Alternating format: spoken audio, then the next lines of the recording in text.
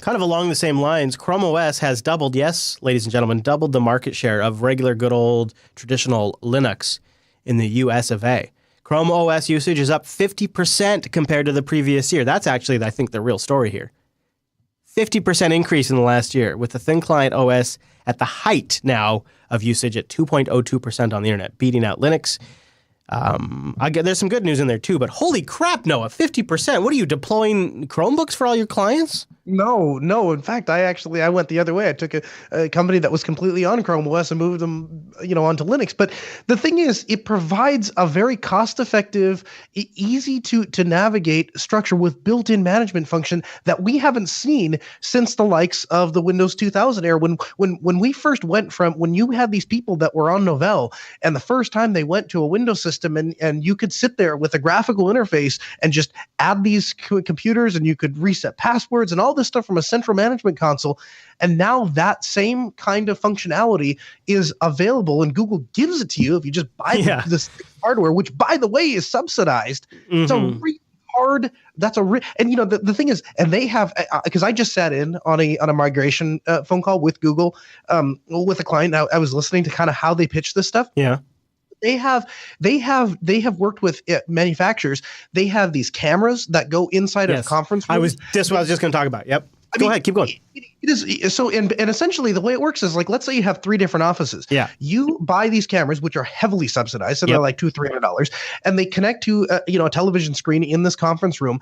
And from any office, once you are given the appropriate permissions, I can, from another office, say, okay, we're going to go ahead and conference in our Seattle office, and I click a button, and boom, the camera comes on, it turns the TV on, it changes the HDMI input, it connects everyone, and automatically dials on the conference phone, Polycom phone that's sitting on the table, calls up and connects us that way, has automatic mute when one person isn't talking. They've productized Hangouts for the enterprise in a way that it's essentially the same plumbing, but just a totally rebranded experience. And the other thing too, like if they have a TV in the conference room, this is what I was going to talk about. If they have a TV in the conference room that does this, when they're not in an active conference call, it pulls that room's calendar from the Google Calendar that they have with Google Enterprise, and it displays like who has the room registered, and you can then use that when it's your turn to have the conference room. You can use their stuff to display your Google Slides on that screen remotely. So there's no more like projector hookup trying to figure out if you have the right adapter for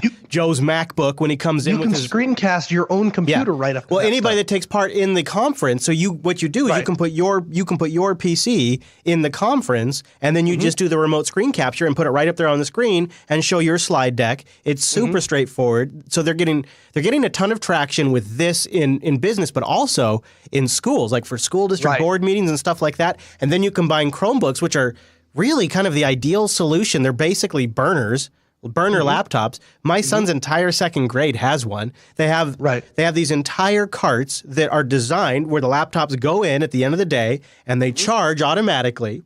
They can do inventory with this damn thing. They can reflash them overnight. They have connectivity. It's all on wheels, and they can push it from room to room. And then they open up the sides, and the students just take out all the Chromebooks and they go to work. You have to look at it from the school's perspective too, because I worked with an education system that was looking at this. And we contacted Google, and I said, because I'd worked with them at Google for Enterprise, and I said, how much is it to get that, the G Suite? How much is it to get that, for education? Do you guys offer a discount? And they said, yes, sir, we do. I said, oh, what's the education discount? And they said, oh, it's free. Everything's free.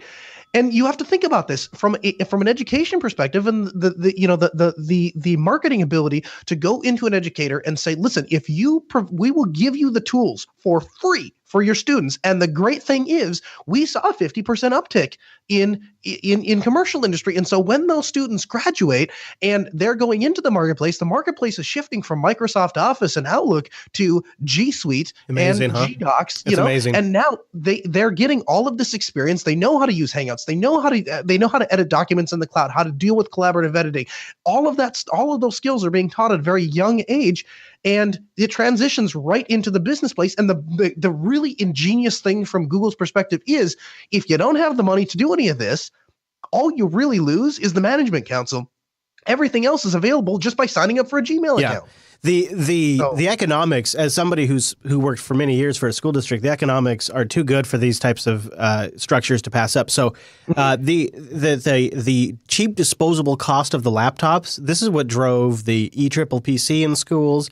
This is what's driven like a lot of gateway sales and the ruggedized computers. Like that is a sweet price point for school districts. The management aspect, where they don't have to put in a whole bunch of servers and infrastructure and pay a whole lot of IT staff to run it, is another huge economic savings for them. And then you get Office Suite software that's available for the students and or employees, if it's a business, on premises and at home, and they don't have to worry about thumb drives passing viruses or sending emails back and forth. So it's almost impossible for them to pass it up. That's why things like Nextcloud, honestly, I think are so damn important. But it's not all bad news for us Linux purists.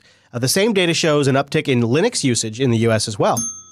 Now, this, of course, is different people have different numbers, so you got to keep all of this in perspective. But it shows Linux rising from 1.32% in February 2016 to 1.47% in February of 2017. Now, the nice thing about that, those numbers aren't going to blow anybody away. However, that's like the fourth data point I've seen now in covering the news that show different levels of growth in the U.S. for 2017. They don't all agree on the amount or the number, but all of them show growth. So I take that to be a good sign. Things that are maybe not great, quite as rosy for Google's OS. Across the pond, in Europe, Chrome OS accounts for less than 0.5% of internet traffic. Linux accounts for 2%. The Mac accounts for 12.6%, and Windows, with all its various combined incarnations, 84%. Now, StatCounter says they analyze more than 15 billion page views per month across 2.5 million websites. So that's their database. You know,